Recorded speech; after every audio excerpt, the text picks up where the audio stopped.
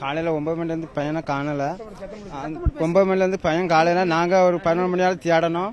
அதுக்கு பிறகு இங்கே ஸ்டேஷன் வந்து கம்ப்ளைண்ட் கொடுத்த பிறகு எல்லாம் சாரெல்லாம் வந்த பிறகு அவங்க அந்த வீடு மட்டும் செக் பண்ணலை.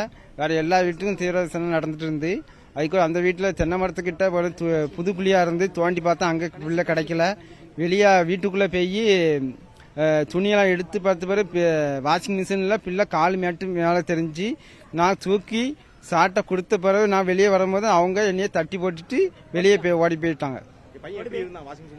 தலைக்கீழ கிடந்தான். சாக்கு மூட கட்டி நெருக்கி போய் கட்டி கை காலெல்லாம் கட்டி தான் இருக்கு.